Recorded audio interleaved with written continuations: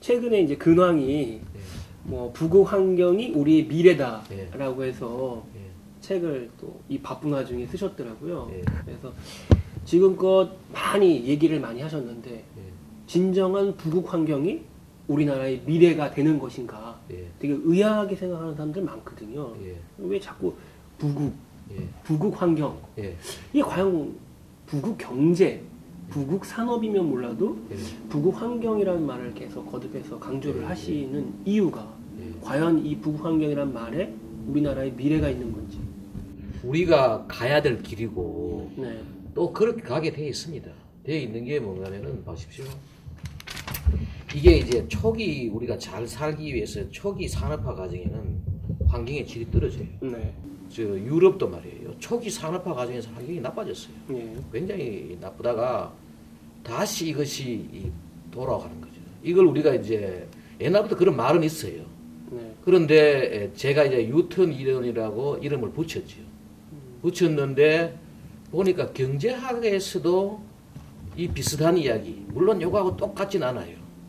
경제학에서 그 쿠즈네츠 곡설이라 해가지고 그 하버드 대학교 경제학 교수하던 쿠즈네츠라는 분이 지금은 이제 작고했었지만은 이분이 이제 그런 얘기를 했어요. 뭔가 하면은 점점 경제가 좋아지면은 앞으로 환경도 같이 좋아질 거다. 그런 이야기를 한 적이 있어요. 그래가지고 경제학에서는 쿠즈네츠 곡선이라 그러고, 근데 저는 이제 이걸 유턴 우리 일반적으로 알기 쉽게 조금의 어떤 그 포인트는 달라요. 저는 분명히 이게 좋아진다고 생각합니다. 그 왜냐하면은 지금 잘 사는 나라 가보십시오. 그리고 잘 사는 나라가 훨씬 자연 보호의 법이 강해요. 1973년도에 미국에서 말이에요. 멸종위기종 법이 나왔어요. 멸종위기에 처한 것들을 우리가 보호해야 된다. 굉장히 중요한 의미가 있어요. 뭔가 하면 인간이 지금까지 수많은 법을 만들었지만은 다른 생물을 위해 가지고 인간 이외의 생물종을 위해 가지고 만든 법이 이게 처음이라는 거 아니에요. 그리고 우리나라도 2004년도에 만들어졌죠.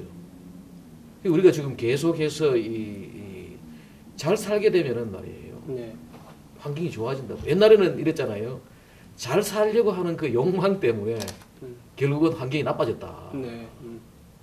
그런데 막상 잘 살려는 말이에요. 먼저 뭘 생각해요?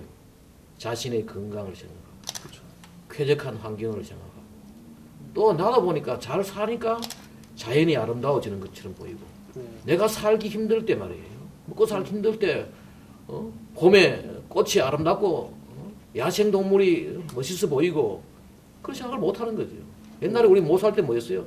참새 잡아먹고, 야생동물이란 결국은 뭐예요? 우리 하나의 먹거리였어요. 물고기 잡아먹고, 강을 그냥 통째로 막아가지고, 물 퍼내가지고, 그걸 잡아먹고 이랬단 말이에요. 지금 우리가 그걸 못 하잖아요. 이 변한, 나는 부국 환경에 대해 가지고 그 의심하는 그 자체가, 나는 그걸 내가 이해 못 하겠어요. 지금 우리 원장님께서는 지금 변화되고 있는 부국 환경이라는 거 우리가 지금 그럼 현재가 부국 환경인가요? 아니면 부국 환경을 해야만 뭐 미래가 오는 건지? 앞으로 우리가 잘 살게 되면은 환경도 좋아진다는 거예요. 그 잘 살고 좋은 환경에서 살 수 있는 길이 열린다는 거죠. 그 대신에 무조건 잘 살면 다 그럼 환경이 좋아지냐 그게 아니에요. 제가 여기 책에서도 이야기했지만은 내가 중요하게 생각하는 건 절약과 나눔이에요. 지금 현재 보면은 말이에요. 이 잘 사는 나라에서는 너무나 많은 자원을 소비하고 있어요. 에너지도 그렇고 여러 가지 물자들도 소비를 많이 하고 또 너무 많은 쓰레기가 나와요. 그러나 못 사는 데서는 말이에요. 생필품마저 좀 부족한 게 현실이잖아요. 그래서 우리가 부국 환경이 되기 위해서는 저는 절약과 나눔, 잘 사는 곳에서는 절제할 수가 있고 하나의 예를 들면 이거예요. 우리가 지금 현재 사람이 보통 지금 우리나라를 포함해가지고 이 선진 산업국에서는 말이에요. 한 사람이 하루에 6,000와트 정도의 전기를 써요. 네. 근데 보통 전문가에 따르면은 우리가 한 2,000와트만 쓰더라도 충분히 문화생활을 할 수 있다. 네. 미국 같은 데는 지금 10,000와트를 써요. 그런데 내가 생각하는 것은 뭔가 하면은 우리가 전기도 지금보다는 훨씬 줄이고, 네. 그 줄여진 전기를 어디 했냐? 가난하고, 지금 전 세계적으로 지금 전기를 못 쓰는 나라가 13억인가 못 된다는 거예요. 네. 먹는 물도 지금 뭔가 하면 깨끗한 물을 못 먹는 곳에 뭐 11억 명이 된다는 거예요. 네. 그런 데를 우리가 도와주고, 또 우리 국가 내에서도 말이에요. 이 잘 사는 사람들이 이 자원을 전략해가지고, 네. 그 어려운 사람들을 도와주고, 그게 나는 녹색 문명이라 생각하고 말이에요. 네. 그런 식으로 철저하게 내가 볼 때는 자원 절약, 자원 순환 기술 이런 것들이 필요하고, 그렇게 하면은 우리가 다 같이 네. 잘 살 수 있는 그런 곳으로 갈 수 있다는 거죠. 네. 그리고 저 이제 국립환경연구원 원장님 오셔가지고 예. 여기 오시기 전이라도 예. 난 국립환경과학원을 이렇게 변화시켜야 되겠다. 예. 뭐 조직이든 아니면 단순 연구 업무에서 이런 탈피가 있어야 되겠다. 예. 라고 해서 생각하셨던 부분이 있으신지? 있죠. 네. 저는 여기 와가지고 첫 번째 내세운 기치가 적어도 국가 위상에 걸맞는 우리가 국립환경과학원이 되자. 네.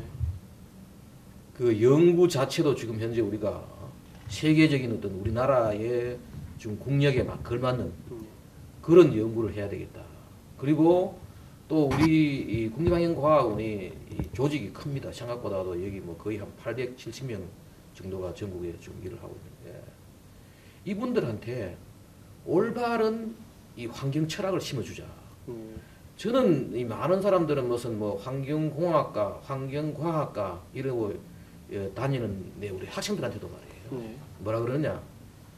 이 환경과학, 환경공학은 다른 과학, 다른 공학과는 달리 철학이 필요한 학문이다. 지금 거의 내볼 때는 이 국립환경과학원의 하드웨어는 거의 국가 이상에 맞다고 생각을 해요. 기술은 아주 좋아요. 거의 뭐 최고는 아니지만은 상당한 수준에 와 있어요. 문제는 뭐냐? 소프트웨어예요. 근데 이 소프트웨어도 여기에 와가지고 일하는 전문위원들이나 아니면 연구사, 연구관 어느 정도는 성실하고 네. 자기 나름대로 박사학위 해가지고 잘 해요. 네. 하는데 문제는 뭐냐? 중견 연구자들의 이 리더급 있잖아요. 네. 리더급만 몇 분야만 이렇게 최고급을 좀 모셔오면은 네. 나는 금방 올라갈 거라고 생각해요. 네. 소위 말하는 이제 그 과부장급들 있잖아요. 네. 거기서 스타 연구자들을 네. 좀 모셔오면은 그 연구라는 게 있거든요. 한 20명 정도를 딱 데리고 네. 그 중에 한 사람이 한두 사람이 말이에요. 그 분야를 깨고 있는 사람 있잖아요. 네. 그 분야를 깨고 있는 사람이 너는 이거 하고 너는 이거 하고 너는 이거 하고 쫙 디렉팅 해놓고 말이에요. 네. 그 결과 나오면 끌어모아가지고 검토하고 어떻게 해가지고 페이퍼 만들고 이런 식으로 나가면 말이에요. 네. 금방 난 이게 세계 수준이 된다고 생각하는데 문제는 뭐냐? 네. 그 중견 스타급 연구자를 스카웃 해올 네. 능력이 네. 제 연구원장 힘으로는 아직은 없다는 거죠. 아직은 그게 없어요. 그걸 조금 내보니까 우리 행안부라든지 또 우리 환경부 본부에서 네. 좀 도와주시면은 아주 쉽게 내가 볼 때는 그럼 그런 분들이 와가지고 이제 그분들은 전부 다 연구 지도 그렇게 뭔가 하면 장군이죠. 어떤 그 전투에 나가가지고 네. 너는 앞으로 돌격하고 너는 뒤에서 후미를 보고 이 배정할 사람들이 지금 여기에 길러지지 않았다는 거예요.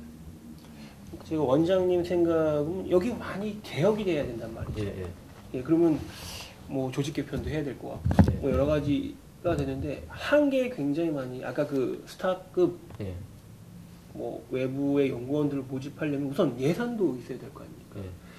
그러면 좀 한계에 부딪혀셔가지고 저는 그 뭐 물론 뭐 예산도 많으면 좋겠고 여러 가지 그 있지만은 그 일종의 뭐 이것 때문에 안 되고 저것 때문에 안 되고 이건 하나의 핑계라고 생각합니다. 네.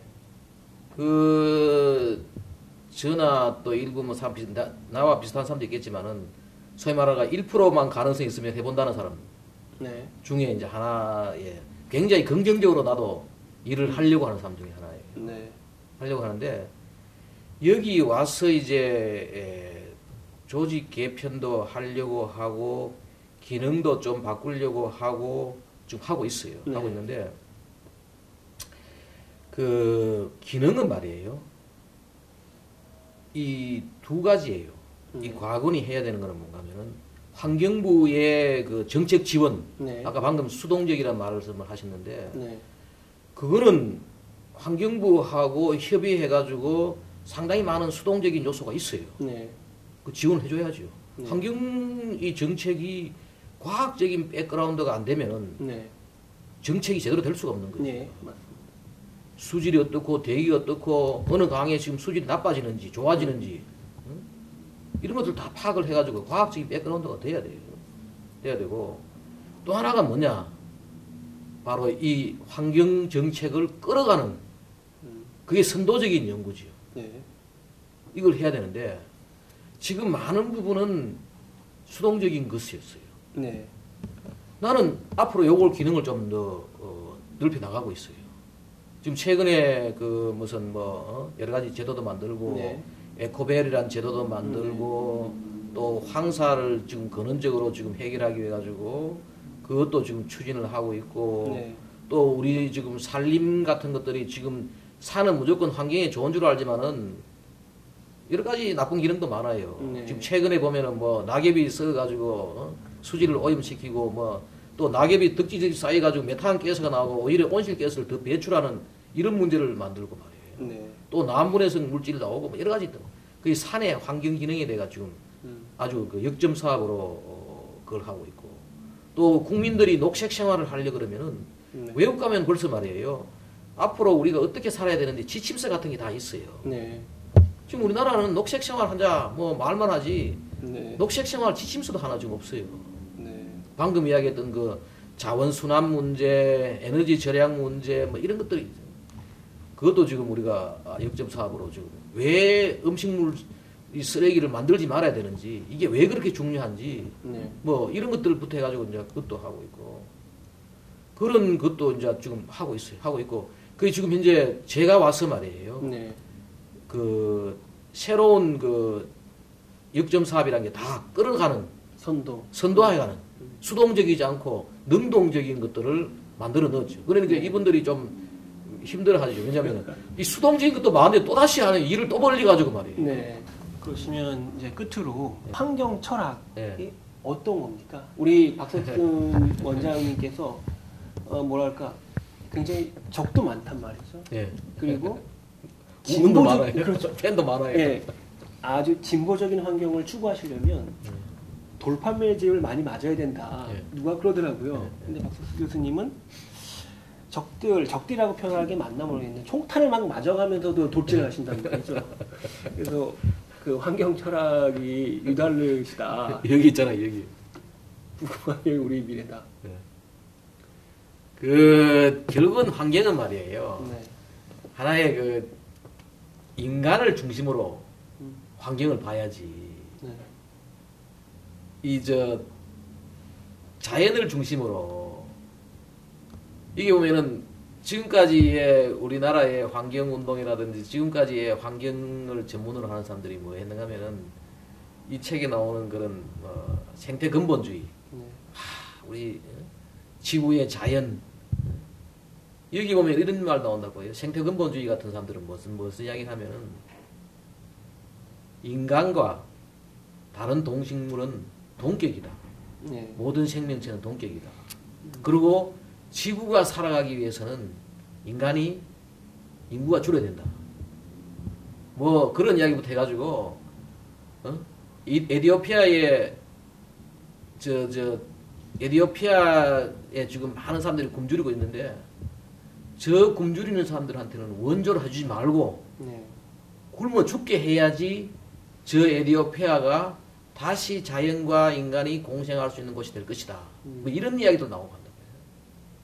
또 사회 생태주의 같은 것들은 뭔가 하면은 이 자본주의, 기업주의가 네. 결국은 산업화가 지구를 망쳐가지고 이걸 막아야 된다. 뭐 이런 이야기도 나오거든요. 네. 그거는 보니까 포커스가 인간이 아니고 다른 데 포커스를 한 거예요. 네. 그래서 나는 결국은 환경이라는 게 뭐예요? 왜 환경이 중요하냐? 환경을 잘못 다루다 보면은 그 잘못 다룬 것 때문에 우리한테 그게 부메랑이 돌아와가지고 인간의 삶의 질을 떨어뜨리기 때문에 네. 우리가 그걸 관리를 해야 되는 거죠. 그 인간 중심적인 환경을 봐야 되지. 네. 인간을 환경의 적으로 만들어가지고 그걸 쳐가지고 나가면 안 된다는 거죠. 네. 지금 많은 사람들은 뭔가 하면은 인간을 환경의 적으로 보고 있어요. 나는 그건 아니다는 거죠. 그리고 또 나는 과학적인 환경 사랑이에요. 보다 현명하게 우리가 자연하고 인간이 공생하고 인간의 삶의 질을 높여나가고 삶의 질이 높아지면 우리가 자연을 잘 관리할 수가 있고 이게 내 어떤 그 환경 철학이지.